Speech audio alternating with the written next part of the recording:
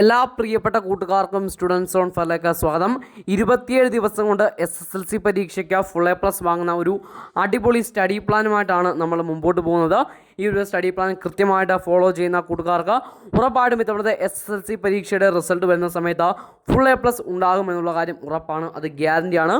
അപ്പോൾ കഴിഞ്ഞ കുറച്ച് ദിവസങ്ങളായിട്ട് നമ്മൾ കൃത്യമായിട്ട് സ്റ്റഡി പ്ലാനുമായിട്ട് സ്റ്റഡി ടൈം ടേബിളുമായിട്ട് നമ്മൾ അടിപൊളിയായിട്ട് പഠിച്ച് മുമ്പോട്ട് പോകുന്നു. നമ്മൾ കൂടുതലും ഫിസിക്സ്, കെമിസ്ട്രി, ബയോളജി, മാത്സ്, അതുപോലെ തന്നെ ഹിന്ദി, ഇംഗ്ലീഷ് ഇതൊക്കെയാണ് നമ്മൾ കൂടുതലും കവർ ചെയ്തത്.